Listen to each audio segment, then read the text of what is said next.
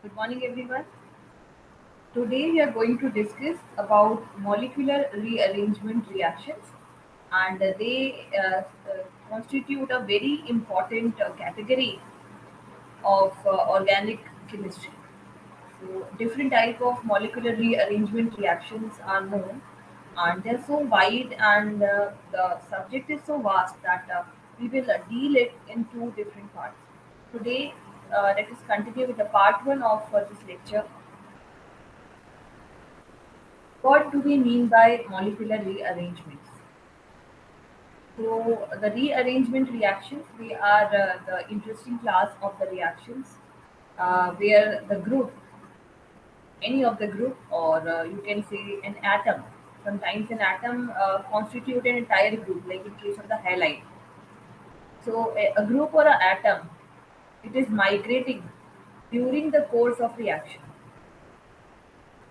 While most of the rearrangements they are designed in that fashion, it can also be undesirable in some cases, depending on the reaction conditions. The nature of rearrangement and the product could also change.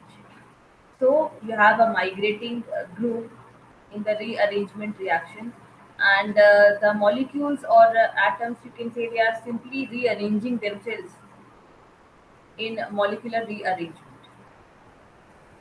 So you can actually vary the rearrangement, the mode of the rearrangement by changing the reaction conditions. You can change the nature of the rearrangement. So, like you can see here, this is a molecule. This is the migrating origin, which is actually influencing the process of migration. Then we have a migrating group, and this migrating group actually leaves its original position. So in the reactant molecule, the migrating group may be present in a certain position, but in the product, the position of that migrating group is changed. So it has moved to a different location within the same molecule, and therefore we call it the molecular rearrangement. So the rearrangement reactions, they involve the migration of a group or an atom from one center to another within the same molecule, and we say that the molecule has rearranged itself. So what we get a rearranged product, and the mere rearrangement of the atoms within the molecule, it can actually change the nature of the molecule. Then some crossover experiments can be performed to find out the nature of the molecular rearrangement reaction, whether the rearrangement is intermolecular or intramolecular. So we will see these two type of rearrangements, which are actually find out by the crossover experiment. So the purpose of crossover experiment is to determine whether the given reaction takes place intermolecularly or intramolecularly. So intermolecularly is when your migrating group, the migrating group which is actually changing its location, whether it is changing the location within the same molecule, so we call it the intramolecular, and when it has moved to another location in another molecule, we are calling it intermolecular rearrangement. So how do we find out that? So we perform the crossover experiments for that. So whether the reactant break apart to form the intermediate, which diffuse away into the solution before they combine to give product. In this experiment, two substrates which are differing in the substituent, they are mixed together and they are reacted under the same reaction condition, and the product obtained is analyzed. So an illustration is given here. Consider a simple reaction in which AB reacts to give CD. So along with the AB, we have also taken the variation of AB, that is A star B star, and when you get in the product CD as a product and C star D star as another product. So there are two possibility, right? And similarly, there can be some interchanges. Like here, you can see only product of two varieties formed as per the reactant that we are taking of two variety. But if the intermixing is taking place, If the migrating group is moving towards another molecule, then what will happen? You will get different combinations of them. So these different combinations are only possible when some intermolecular mechanism is taking place. So there are two possible outcomes for the above reaction. As A star are differently substituted, so are the B and B star. So in the first category, we can say if you see the first reaction, we can say that this type of reaction is what it is intramolecularly taking place. But in the second reaction, we can assume the intermolecular reaction that is taking place and generating different type of combinations. So the one in which no crossover of substituent is seen, you can say that it is possible only if the reaction is intramolecular. And the other possibility is that a mixture of products are obtained in the crossover reaction. So this is possible in the case of intermolecular reaction. So in this manner, by performing the crossover experiment, we can find out whether the molecular rearrangement is intramolecular or intermolecular in nature. Now the rearrangements, they are divided into intramolecular and intermolecular processes. Like I told you, in the intramolecular process, what happens? The group that migrates, it is not completely detached from the system. So it is there in the molecule. It is never completely detached from the original reactant molecule, and the new location that it is going to occupy is also within the same molecule. So it never leaves the system.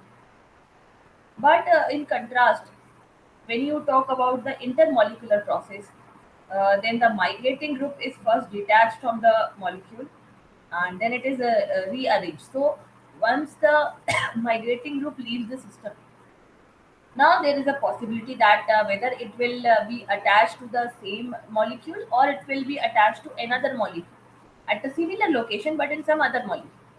So that will be the intermolecular process. So the intermolecular process, you can characterize it by the detaching of the migrating group. Once the migrating group is detached, now there are multiple possibilities.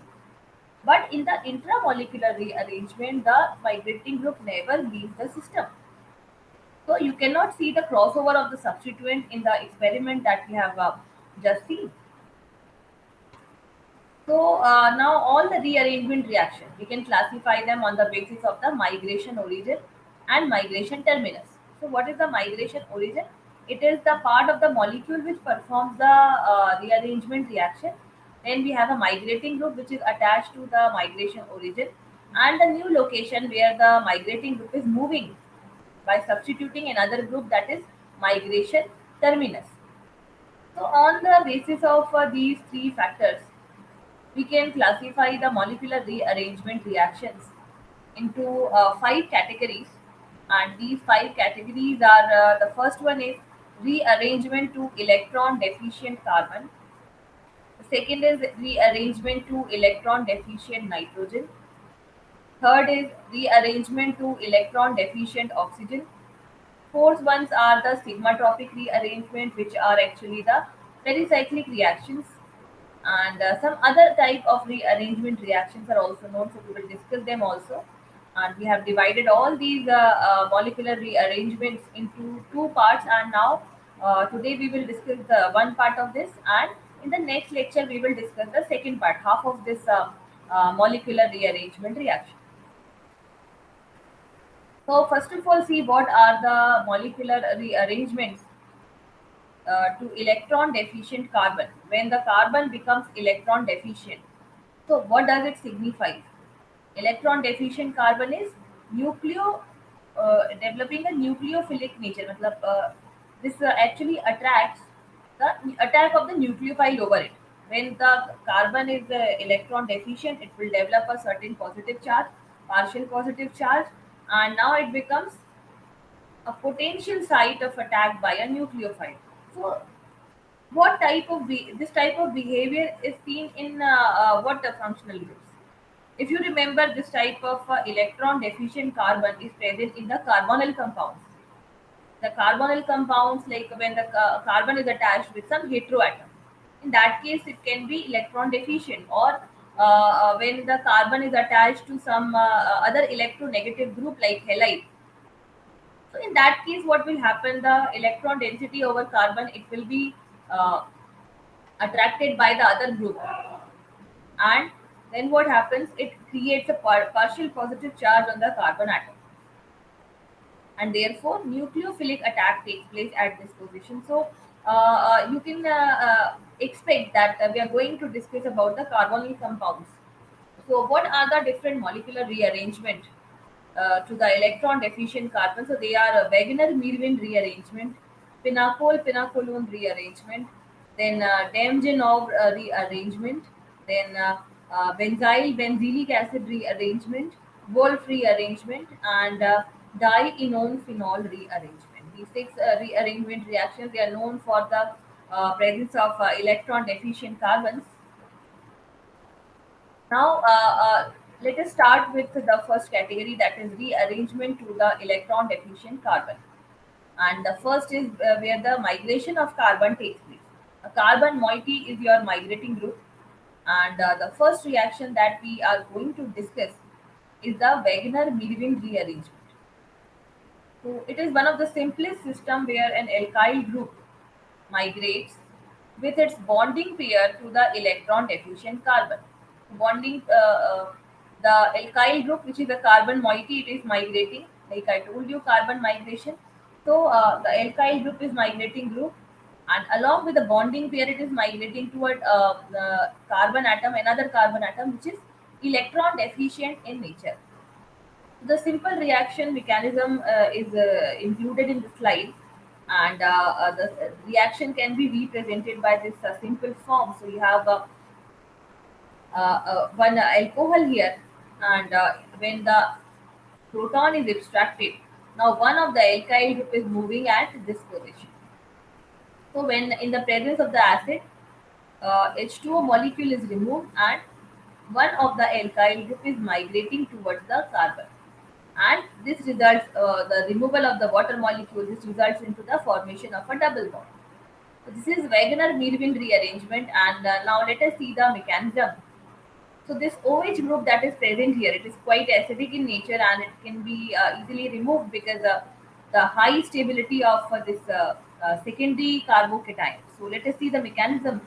This is the original substrate, and here this OH group, this alcoholic group, it is actually attacked by the presence of proton in the system. So you can imagine that the reaction is taking place in the presence of some acid, and then you can see the electrons, they are migrating, they are actually, they are attracting the proton here, and now as a result of this, the proton get attached to the OH group, because OH is what it is in it oxygen molecule, oxygen atom is containing two lone pair of electron, right? So this H plus will combine with the OH and form OH2.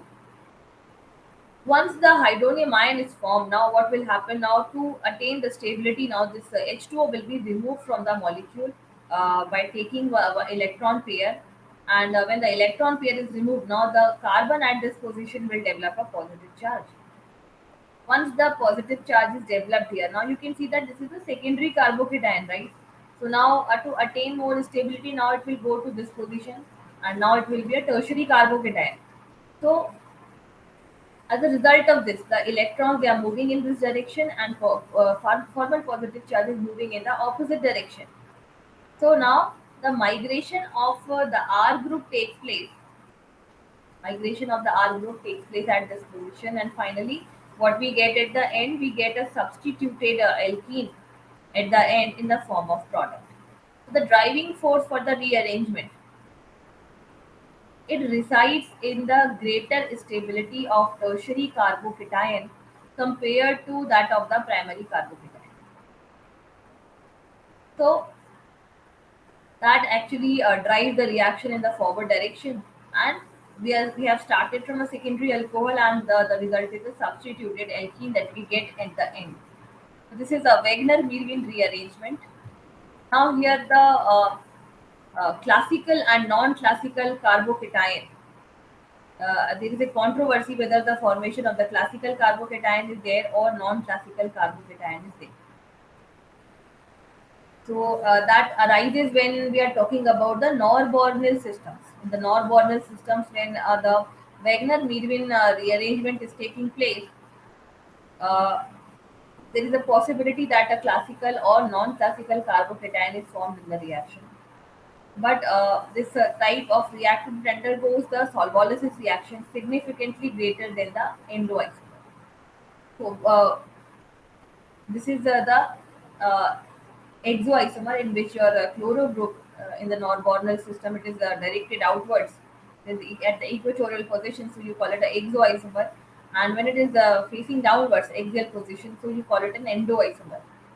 So when the chloro group it is pointed outwards in the exoisomer, then naturally the solvolysis will be more easy.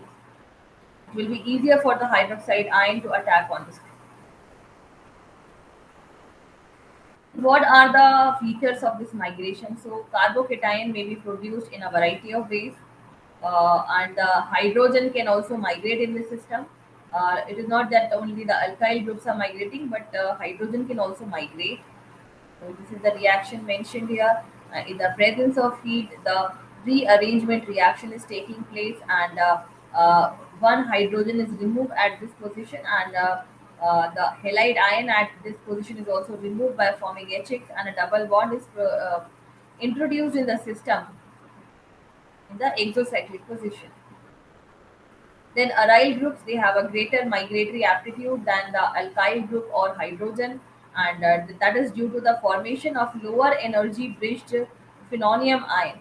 So, what is the phenonium ion? You can see that this is the phenonium ion, and how it is formed. So this is the substrate in which you have a chloro group attached at the terminal position, and now the double bonds at this position, because you know that phenyl group is electron rich, so the electrons, they are attracted by the chloro group, and the migration is taking place along the direction of the curved arrows.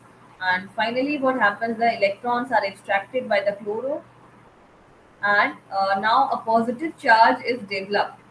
So now the positive charge that has been developed, it leads to the formation of a phenonium ion. So this is the phenonium ion that is very stable in nature, have a great migratory aptitude than alkyl group or hydrogen. So now the phenyl group, it migrates. Earlier it was at this carbon atom, and now it migrates to the another carbon atom. And again, you can understand the process by greater stability of tertiary carbocation, because in the earlier case the positive charge was here on this carbon atom, but now the positive charge is migrated to another carbon atom, and now it leads to the formation of tertiary carbocation. So this is the driving force of the migration, and finally what happens, one of the proton is removed at this position, and as a result of this we get this product. This is another example of this type of rearrangement in the aromatic system.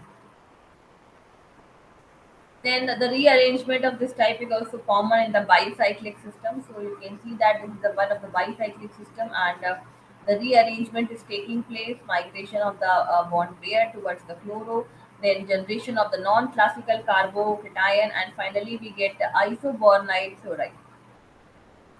Now, one interesting factor is this rearrangement is very stereospecific, and two or more rearrangements, they may take place simultaneously. So within a complex molecule, we can have two different sites undergoing the same type of rearrangement reaction on different locations. Then the second type of rearrangement on the electron deficient carbon is pinacol rearrangement. And here the 1,2-diols, they are treated with acid. 1,2-diols, they are called as pinacols. So 1,2-diols, they are treated with acid, and this leads to the rearrangement to give ketone. Now, although this rearrangement is fundamentally similar to the Wegener-Mirvin rearrangement, but it differs in that the rearranged ion, the conjugate acid of the ketone, is relatively more stable than the rearranged carbocation formed in the Wegener-Mirvin rearrangement. So the driving force for pinacol is greater as compared to the Wegener-Mirvin rearrangement. However, the characteristic of the Wegener-Milvin apply to the pinacol rearrangement. So all the characteristics are the same. The only difference is that when a conjugate acid of the ketone is formed, then obviously it will display more stability as compared to the rearranged carbocation. So that will be the driving force of this reaction. Like in case of the Wagner-Wilwin rearrangement, the driving force was rearrangement of the carbocation to form a more stable carbocation. And here in the pinnacle rearrangement, the driving force would be the arrangement of the molecule to form a conjugate acid of ketone. So this is the reaction mentioned, and we have one, two diols, two hydroxy group present on one and two carbon.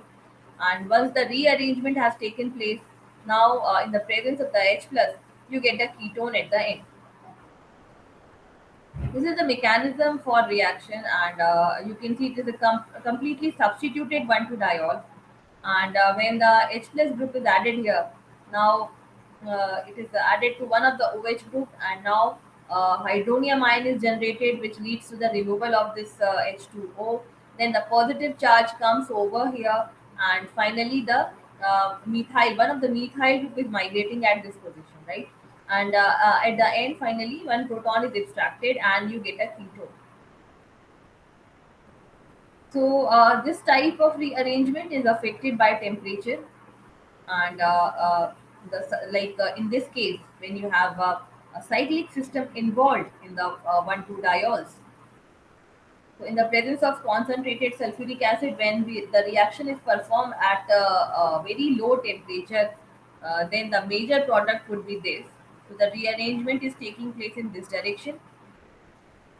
Then when you increase the temperature, then major product would be this one, because the rearrangement is taking place in this direction towards the smaller size of the ring. Then effect of the concentration also matters, and when we are taking the concentrate sulfuric acid at the 0 degree Celsius, we are keeping the temperature constant. So this would be the major product when the ketonic group comes to a smaller ring. But when we are using the 25 concentrate, 25 concentrate H2SO4, 25%, then somewhat equal quantities are formed, and also this leads to the introduction of double bond inside the ring. So it actually further proceeds the reaction, and another H2O is removed from this position. Then we have a benzylic acid rearrangement. So here one two diketones that have no alpha hydrogen, they react with the hydroxide ion to give alpha hydroxy acid. So the best known example is the rearrangement of benzyl to benzylic acid. The driving force for the reaction lies in the removal of the product by ionization of carbonyl group. So this is the 1,2-diketone. You have two ketonic groups on 1 and 2 carbon atom, and in the presence of the hydroxide ion, what we get alpha hydroxy acid, the alpha carbon, right? Alpha hydroxy acid. Then the simplest example is the benzene, benzyl to benzylic acid.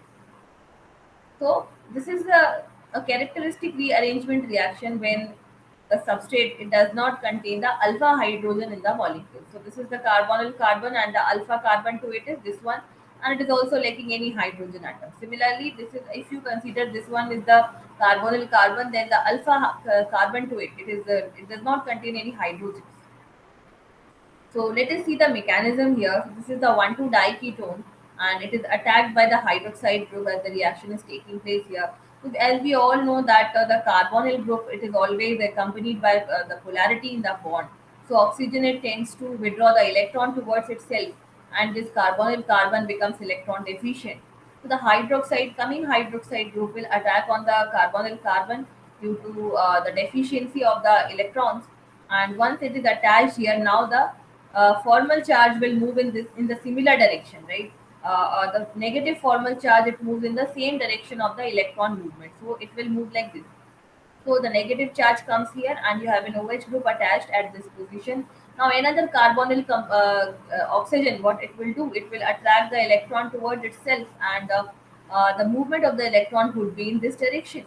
So the R group, R dash group, which was earlier attached to this carbon, now it has moved to the next carbon, which is not containing any alpha hydrogen. So, and the electron, the negative charge, it is moving on that oxygen. So, you get this type of transition state intermediate.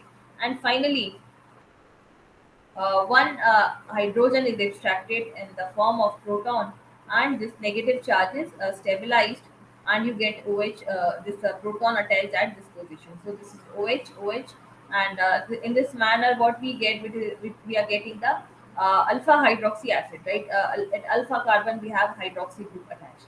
This is the benzalic acid rearrangement reaction. Then we also know about the earned Eistert homologation reaction, and this type of reaction is taken shown by the acid chlorides. Now we know that acid chloride, they are also the derivative of the carboxylic acid, and when they react with the diazomethane is CH2N2. So the acid chloride, when they react with the diazomethane, they give a diazoketone, which is in the presence of silver oxide. Under the heating proceeds the Wolff rearrangement to yield a ketene, that is directly converted into an acid in the presence of water. So this is the reaction shown here, and finally, what we get at the end, we get a carboxylic acid at the end. So first reagent, that is reacting with the acid fluoride in the earned Eistert homologation. First is the diazomethane reacts with the acid fluoride, and it forms what? Diazoketone. Then in the presence of silver oxide, when we heat it, it gives the Wolff rearrangement, and you get a ketene. And finally, when you are hydrolyzing the intermediate, we get a carboxylic acid at the end. So you can see that one carbon has been increased in the group. Earlier it was C. Apart from this R, we have only one carbon, but now apart from this R, we have two carbons in the substrate. So from the acid chloride, you are generating the carboxylic acid having one extra carbon. That is the importance of this reaction, because you can also generate the carboxylic acid from acid chloride by simple hydrolysis process. But in that case, it won't give you. It will give you the carboxylic acid of the same carbon series, right? But here we are getting one up series up. The carboxylic acid is one series up, so one carbon is more than the original acid chloride. Then mechanism is shown here. So first of all, let us see, this is the diazomethane, and diazomethane is characterized by the presence of positive charge on the nitrogen and negative charge on the CH2. So the electrons, they are attacking on the carbonyl carbon. We know that it is having a partial positive charge, so these electrons are moving on this carbon and taking part in the attack on carbonyl carbon. All the electrons of the carbonyl bond, they are shifting towards the oxygen atom. So as a result of this, what will happen is diazomethane will form an unstable bond with the carbonyl carbon. And now what will happen? Now the negative charge will be taken up by the chlorine, because this is the highest electronegative atom in this substrate. So the negative charge will be taken up by the chloride, and the chloride ion is removed. Now, because the negative charge is removed on the from the oxygen, now again it attains the double bond with the carbon, and this CH2 becomes a part of the carbon chain, and now the hydrogen, it moves towards the oxygen. So still we have a positive charge present on the nitrogen. So in this manner, this negative charge develop at this position. Now it is migrating towards the nitrogen, and finally we get a carbene intermediate, or you can get a nitrene intermediate. So both are the possibility. The elimination of the nitrogen yield a carbene, followed by the migration of the R group, and the rearrangement of the diazoketone is called the Wolff rearrangement. So if it is the directly rearranging itself, then a diketone is formed, and then it is called the Wolff rearrangement. So the reaction is taking place in this manner, and we can see the formation of the nitrogen as well as carbene intermediates. And finally, we have a halogen, oxygen, sulfur, and nitrogen migration. In the earlier categories, we were seeing only the migration of the carbon, but other heteroatoms, if they are present in the system, they can also migrate. So we can see the migration of halogen, oxygen, sulfur, and nitrogen. So in the system, like this, XCCY, an atom X with an unshared pair of electron can assist the heterolysis of the CY bond. So this bond is actually breaking here. CY bond is breaking here, and another group which is attached on other carbon, it is facilitating this type of bond breakage. In the case of the unsymmetrical system, the nucleophilic attack predominates at the less substituted carbon of the bridged ion that leads to the rearranged skeleton. So this is the substrate, and this is what unsymmetrical system you can imagine. This is unsymmetrical system. At one you have R, on other carbon you have hydrogen, and the two substituents are also different. So we are considering that this Y is more electronegative. This X is, sorry, more electronegative. So this Y is actually removed under the influence of X. So first of all, the electrons are rearranged like this, and we can get a bridged ion. A bridged ion is formed as a result of this because the Y is removed from this position. So a bridged ion is formed. Now the bridged ion can have a two possibility. Now it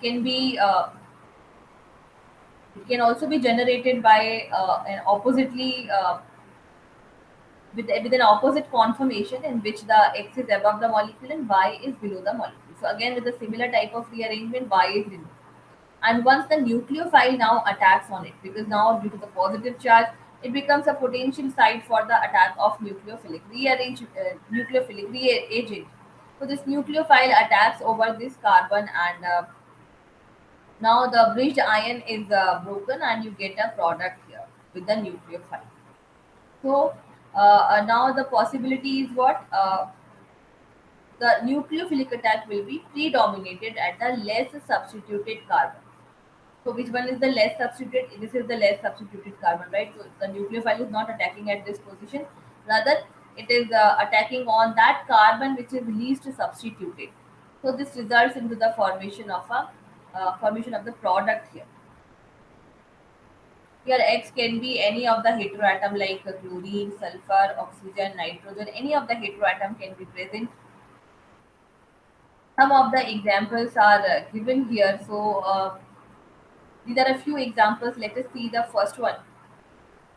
In this substrate, you can see that this is the X group and this is the Y group, and the X is actually facilitating the removal of the Y. So in the presence of Ag plus, this Y is removed. Now you get a bridged ion formation, and now any of the two carbon, it can face the nucleophilic attack. So on which carbon nucleophile will attack? On the less substituted carbon. So it will attack here, and therefore the OH will be attached on this carbon, and this will be your product. Similarly, in the next reaction, you can see again, this is your X and this is your Y, and this X group is facilitating the removal of the Y. So once the Y is removed in the presence of HCl, what happens now? Again, a bridged ion is formed, and now there is equal possibility of attack of nucleophile on any of the two carbons. So now the attack will take place on the least substituted carbon. So the coming Cl minus will go on this carbon which is the less substituted, and this will be a product. So this is the case of this type of rearrangement when the heteroatoms are moving within the same molecule. We also know another rearrangement in this category, that is group rearrangement, and here the bridged cation may be produced via the protonation of unsaturated bond, as in the group rearrangement of alpha acetylenic alcohols. So acetylenic alcohols, they are formed by the acetylene. So you can see the presence of a triple bond here, and other part is a simple CH group, but the second carbon of the acetylene, it contains acetylenic alcoholic group, and once the you can see that in the presence of the acid and water, what happens? This type of product is generated after the rearrangement reaction. So when once the protonation is performed, now what happens? Unsaturated bonds are formed within the substrate. So example is when you take the substituted acetylene like this, alpha acetylenic alcohol. So here in the presence of formic acid in heat, this type of product is formed due to the rearrangement reaction, and similarly other complex reactions of similar nature are known under the root rearrangement. After seeing the rearrangement reactions to electron deficient carbon, now let us move forward towards the rearrangement to electron deficient nitrogen. So the electron deficient nitrogen will be what we know that all the groups that contain the nitrogen atom, they are actually represented by their basic nature, because the nitrogen always contain a lone pair of electron on it. So generally amines, they are considered to be basic in nature. And how can you imagine that there will be an electron deficient nitrogen in a compound? So when will you imagine the nitrogen as electron deficient? When the lone pair of electrons are not with the nitrogen. So in that case, it will be electron deficient and developing a positive charge. So you can imagine that maybe the protonation of the nitrogen containing compound, it can cause the electron deficiency on nitrogen, or if the nitrogen is attached to some carbonyl group, in that case it is possible that the lone pairs, they are taken up by the carbonyl group. That is the case of the amides, but amides are really stable compounds. So let us see what are the different molecular rearrangement reactions included in this category.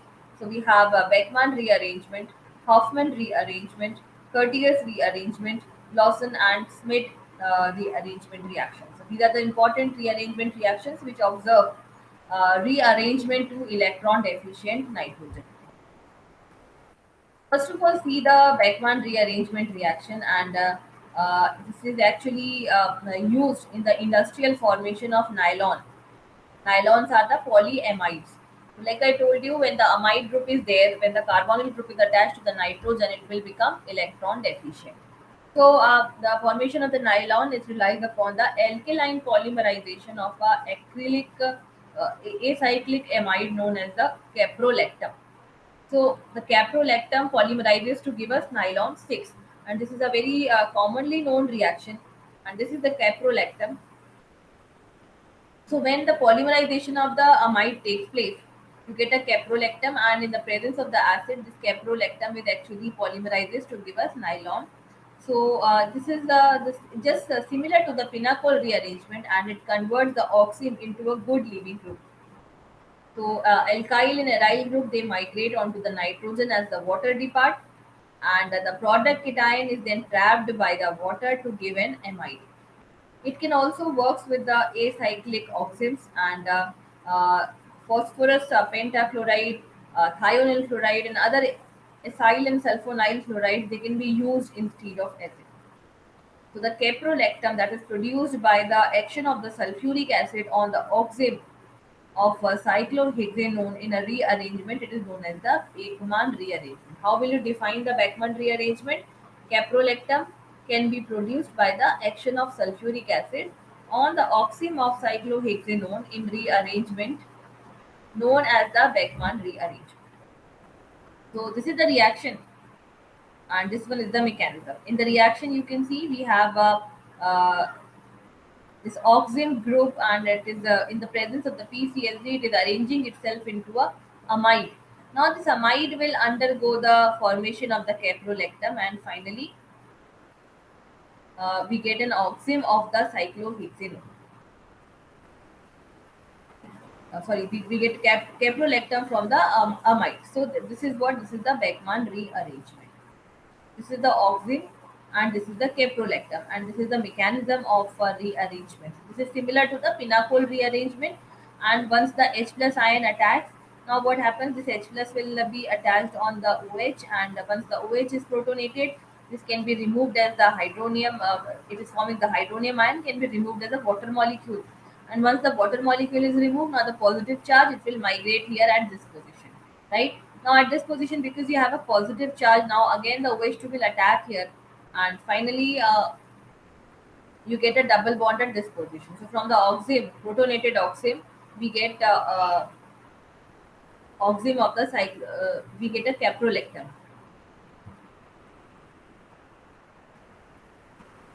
So again, see, this is the substituted oxime, and what we get nitrilium ion at the end of such rearrangement. So the migratory aptitude, let us see them. This is the carbonyl group, the ketone, in the presence of NH2OH, that is hydroxylamine. the oximes are formed, and in the presence of Al2O3, these oximes they are rearranging themselves. So we can get a major and a minor product, and you can see that this would be the major product, and this is the minor product. The simple reason is the migratory aptitude of the two groups attached here. Then, in case of the symmetrical ketones, what are the common observations when we perform the when we are preparing the oximes of them and then undergoing the Beckmann rearrangement? So in the unsymmetrical ketone we have two groups that can migrate. So here the methyl as well as this propyl group can migrate. There are two possible geometrical isomers of the unsymmetrical oxime. So these are the two possibilities with them.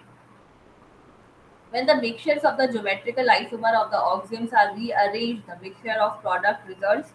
Now, interestingly, the ratio of the product mirrors exactly the ratio of the geometrical isomers in the starting material. So, that shows the stereo-specific nature of this reaction. And the group that has migrated, it is actually trans to the OH group. So, these are the important observations when we are performing the Beckmann rearrangement using unsymmetrical ketone. Then let us see the next rearrangement, that is Hoffman rearrangement. When unsubstituted amide it is treated with the sodium hypobromide, then corresponding primary amines with one carbon less is produced. So you are coming one carbon less in the series, and this reaction is the Hoffman reaction. So this is also the reaction of the amide group, and in this case also the nitrogen become electron deficient because the lone pair of electrons on the nitrogen they are actually taken up by the carbonyl group. So in the presence of sodium hypobromide, now what happens?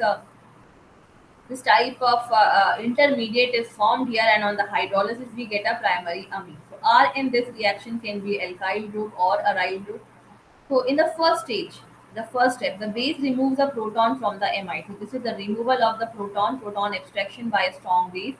Then the conjugate base formed of the amide, it reacts with the bromine to give N-bromamide, and this N-bromamide is actually due to the this attack of the carbonyl compound on the bromine. So N-bromamide is formed here, one of the bromine atom attached to the NH group, and activity of the acidity of the proton on the nitrogen is increased by this bromine because it is further making the nitrogen more and more electron deficient.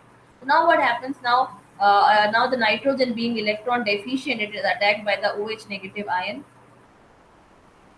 and now due to the increase in the acidity of the nitrogen, its removal become easy towards generating the nitrine intermediate. So what we get a nitrine intermediate here in which the nitrogen is electron deficient. Now 1,2 shift of the alkyl group in this nitrine intermediate, it gives corresponding isocyanate. So this isocyanate is the intermediate one, and generally Hoffman rearrangements they are characterized by a foul smell. So this isocyanate is formed. Now when you perform the hydrolysis of the isocyanate, it gives the primary amine with one carbon less than the starting material, because this leads to the evolution of carbon dioxide also. Some other examples are also shown here. You can have a different groups attached in the place of R, and different type of primary amines can be generated. And due to the removal of the carbon dioxide, the amine that you are getting from the amide, it is having one carbon less. So when the methanol is used as a solvent instead of water, then the corresponding carbamate esters can also be obtained. So we are using the methanol in place of water. In that case, what will attack? The methoxide ion will attack on the substrate, and as a result of this, carbamate esters are formed. When the optically active alpha phenyl propionamide undergoes the Hoffman degradation, then alpha phenyl ethylamine of the same configuration and optical purity is obtained. So you can conclude that the rearrangement proceeds with the retention of configuration. This is the original product, and when the reaction is performed with the same configuration, with the retention of the configuration, you get the primary amine. Then we have Curtius rearrangement, and in the Curtius rearrangement, acyl azides are pyrolyzed into the isocyanate. So from the acyl azide, we are getting isocyanate, and we call it when we perform the hydrolysis, we get the corresponding amines. So Curtius rearrangement is catalyzed by the proteochorus acid, and the mechanism is similar to that of the Hoffman rearrangement. So this is the acyl azide group, RCO group attached to the azide, and when it is heated, you get the isocyanate. So, what is the possible mechanism? This is the azide group, and it leads to the removal of the nitrogen. So, you get a nitrene intermediate, and then this nitrene intermediate rearranges to form the isocyanate. So, however, even the nitrene intermediate is mentioned in the reaction in the mechanism. There is no evidence of the existence of a free nitrene. So, these two steps may be concerted. And in the similar reaction, alkyl azides they provide imines. So, the alkyl azide R3C attached to the azide group, and when the heating is done, then we get imines, corresponding imines.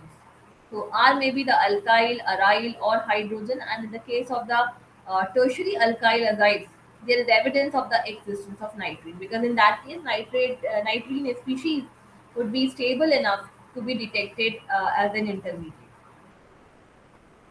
Cycloalkyl azides they can yield the ring expansion, and whatever you get in the product will be having one carbon more than the original ring that was there in the azide. Then aryl azides they can also give the ring expansion on the heating, and this is the case with the Curtius rearrangement. Now let us see the Lawson rearrangement. So in the Lawson rearrangement, orthoacyl derivatives of the hydroxymic acids on the heating with base converts to the corresponding isocyanate. So this reaction is known as the Lawson rearrangement. The isocyanate thus produced can be further hydrolyzed to the corresponding amines. So the original reaction is this: when you have the orthoacyl derivative of hydroxymic acid. This is hydroxymic acid, and this is the acyl derivative when you have acyl group attached to the hydroxymic acid, and when the reaction takes place in the presence of the base, again we get a isocyanate. So this reaction is also characterized by the presence of electron deficient nitrogen, and in the presence of water. When the hydrolysis is performed, we know that all the isocyanates they are giving the primary amines. So this is the mechanism in the presence of the strong base hydroxide ion. This is attacking on the hydrogen here, and the nitrogen is losing the electrons and finally developing the electron deficiency and rearranging to form the isocyanate. After the formation of the isocyanate, we know that the hydrolysis will yield the amines. So other examples are also given here. So this is one of the carboxylic acid, and when the reaction is performed in the presence of ammonium hydroxide, hydroxylamine HCl, and phosphoric acid, and then followed by the base hydrolysis in the presence of KOH, corresponding primary amines are generated. Then we have Smith rearrangement and the reaction of the carboxylic acid or aldehyde or ketone with a hydrozoic acid. When the reaction takes place in the presence of the mineral or Lewis acid, they give corresponding primary amine or amide, and they are known as the Smith rearrangement. In the Smith rearrangement, this is the carboxylic acid reacting to the hydrozoic acid HN3 in the presence of some other mineral acid, and results into the formation of isocyanate. And on the hydrolysis, the isocyanates are generating the primary amine. So the mechanism is similar to the Curtius rearrangement, and the only difference is protonated azide it undergoes the molecular rearrangement. So the protonated azide it undergoes molecular rearrangement in this reaction, which was not seen in the Curtius reaction. So in the reaction with ketone, the ketone is activated by the protonation for nucleophilic addition of azide group to it. Cyclic ketones they are known to form the lactams. This is the formation of lactams by the cyclic ketone, and you get one carbon more than the original ring. And in the case of alkyl aryl ketone, the aryl group migrates preferentially except for the bulky alkyl group. The intramolecular split reaction can be used for the preparation of bicyclic lactams. So the example is given here bicyclic lactam, and also the reaction of the tertiary alcohol in the example 1, or olefin in the example 2 with the hydrozoic acid. When this reaction is performed under the acidic condition, then what is formed? Substituted imines are formed in this case, and this is also what this is a type of Schmidt rearrangement you can consider. So this is the mechanism of the reaction which is in the presence of the tertiary alcohol. So it is again similar to the Curtius rearrangement and all the mechanism that we have discussed in the Schmidt rearrangement. Now, this is the question for you from today's lecture. You have to predict the major product in the following reaction mechanism, and they are actually based on the earlier molecular rearrangement that we have seen. These are the two references that I used for preparing this lecture. That is all from my side for today. In the coming lecture, we will discuss the remaining part of this topic. Thank you so much.